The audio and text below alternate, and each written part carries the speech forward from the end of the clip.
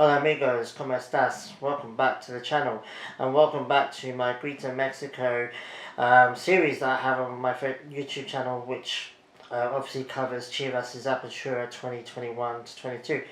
So yeah, let's get straight into it. It's game 3, episode 3. Obviously it was against FC Juarez, and yeah, it was one of those teams that again we should be beating, and we should be beating quite comfortably. Obviously, the other two teams we faced at the moment have been Atletico San Luis, which we got a draw against. No, we lost against them, sorry. We won the second game against Puebla. We ended up drawing against FC Juarez 2-2, barely as well. So, you know, 1 win, 1 draw, and 1 loss in 3 games, 4 points out of 9. On the face of it, how I felt beginning of the season, before the season started, 4 points out of 9 is actually pretty decent, I think, for Chivas at the moment, especially without basically a starting front three, Antuna, Angulo and Alexis Vega, obviously, and also JJ Macias as well. I always forget about JJ Macias, mainly because he's just gone to Getafe and he didn't go to the Olympics, so yeah, so that's 4 players that arguably would start if they were at Chivas right now. So they're all missing, and I think 4 points out of 9 is not too bad considering that. Also, but however, having said that, I think we should have got 9 points out of 9 for these games. All 3 of these teams, all respect to them, but they're teams that you look at on paper and think, yeah, Chivas should be beating these teams. It was a decent win against Puebla. Pretty disappointing loss against San Luis.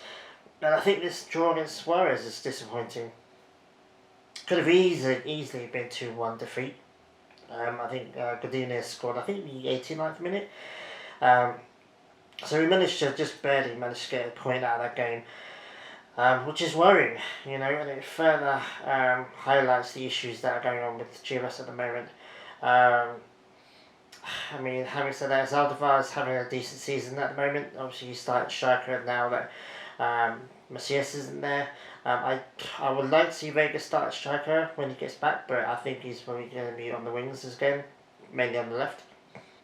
And also, obviously, going into that, Beltran as well. Beltran, I think, should be starting midfielder now. I think Molina needs to be dropped. Or at least played more defensively. He's been played way too high up the pitch for some reason. He's not an attacking player. He's never been an attacking midfielder. I don't know why Vucic keeps playing him there. So it'll be nice to see Beltran come back. I mean, the good thing about it is, the only good thing really is that all the players that were in the Olympic squad, except for, obviously JJ Macias wasn't there, but all the players that are at the Olympic squads are at the moment coming back to the squad, and they're still playing for Chivas. I fully expected to see Vega leave, maybe definitely to Europe. I think he deserves a European move. Apparently FC Porto, I think at the moment, are the club that's most linked with him. I would actually like to see that. The Portuguese league I don't really rate too highly, but Porto has been a really good place for Mexican players in the recent past, so I think that's a good step for him. Similar to how when Tecatito went there, or when Lozano went to PSV, straight from Mexico. I think that was a good stepping stone for him to then go on to get his Napoli move. So I think the same could happen with Vega, but at the moment it looks like he's heading back to Guadalajara after the Olympics, and yeah, probably still going to be playing this season. So maybe a big move won't happen for any of these players this summer. It's down, it's negative for me personally because I think Vega deserves to be in Europe, but I'm not going to lie, having Antuna and Vega, Angulo and Beltran all coming back to the first team for Chivas, I think it's a good sign and it's a good move, providing that they can bring that kind of that form that they had with El Tri back with them. It always seems to take a step down when they get back under Vucic. Vucic, I don't think knows how to play them. I think Lozano, the now ex-Olympic coach, the U23 coach, has left them now. Maybe he can come in because he seems to get something out of Antuna and Vega that Vucic can't. And none of the recent Chivas coaches have gotten the best out of them either, to be honest. So we'll have to wait and see how they do, and obviously how soon they come back after their Olympic bronze medal exploits. But yeah, the 3 games played, all right, average. I'm not excited at all by it, and I'm not as I'm not as angry as I could have been. I mean, like I said, we could have easily lost this game against Juarez. And Puebla's just too terrible at the moment to allow, even for us to let them beat us. So, they're 3 beatable teams, probably the 3 easiest teams we're going to face this season. And yeah, I don't think we've done good enough to get in the Liga. I'm not looking for the Liga this season. I'm not going to let myself get that hope, because I'm just preparing myself to be disappointed a lot this season. I can see us beating Tigres. Tigres have been average this season so far.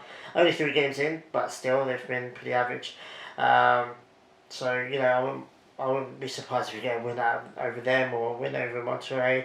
But I just think we're going to miss out the Liga this season. I just got a feeling. But yeah, I mean, an average start to the season, but it's disappointing the fact that the quality of clubs we've faced at the moment have been poor. But yeah, so we ended up drawing against 2-2 against FC Juarez. Like I said, Zaldivar, I think, is having a decent season, all things considered. He's got a couple of goals now, so yeah, that's good. But yeah, I'm not raving about it. I'm not excited about it either at the moment. But we'll have to wait and see. Obviously, we've got a game on Sunday night, which is Monday morning my time. I always get confused. But yeah, Sunday night, I think it's Santos Laguna. They're always a tough team. They've got really good youngsters, so and their goalkeeper's absolutely sick. I mean, Acevedo is like one of my favourite goalkeepers in Liga MX now, probably my favourite. But yeah, I mean, that's going to be a tough game. So that's going to be the first real test I think we're going to have, and I think we're going to fail that test. But we'll have to wait and see.